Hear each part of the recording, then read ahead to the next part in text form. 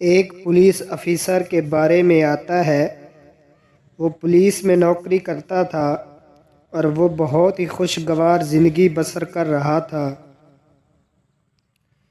اس کی فیملی بھی بہت خوش تھی اور خوشی خوشی زندگی گزار رہے تھے۔ اس پولیس افیسر کے بارے میں آتا ہے کہ اس سے جو بڑا سینئر افسر تھا وہ اس کو کہتا کہ تو رشوت لے کر مجھے دیا کر۔ اس میں سے وہ کچھ حصہ اس کو دیتا اور کچھ اپنے پاس رکھ لیتا۔ اسی طرح دن گزرتے گئے، لیکن اس پولیس افیسر کو اللہ نے دین کی سمجھ عطا فرمائی اور دین سے محبت، لگن، دین کو سمجھنے کی توفیق عطا فرمائی۔ جب اس کو دین کی سمجھ آ گئی، اس نے دین پر عمل کرنا شروع کر دیا تو اس نے رشوت لینا چھوڑ دیا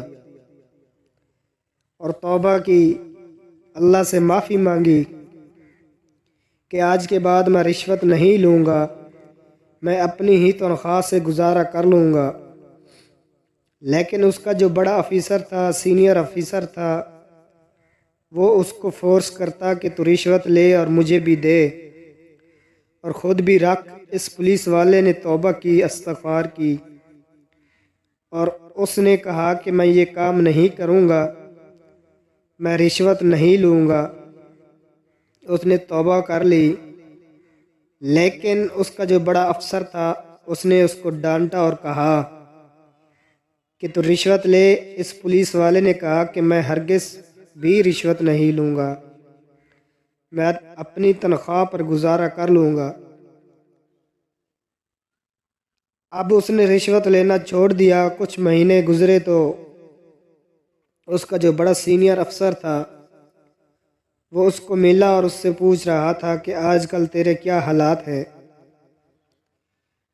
اس پولیس والے نے کہا کہ الحمدللہ بہت اچھے دن گزر رہے ہیں، بس فرق اتنا ہے کہ پہلے میں کھانا پینا بہت اچھا خوب کھاتا اور اچھا پروٹوکول ملتا، لیکن اب ہم گزارا کر رہے ہیں، ہمارے گھر میں خوشی ہے۔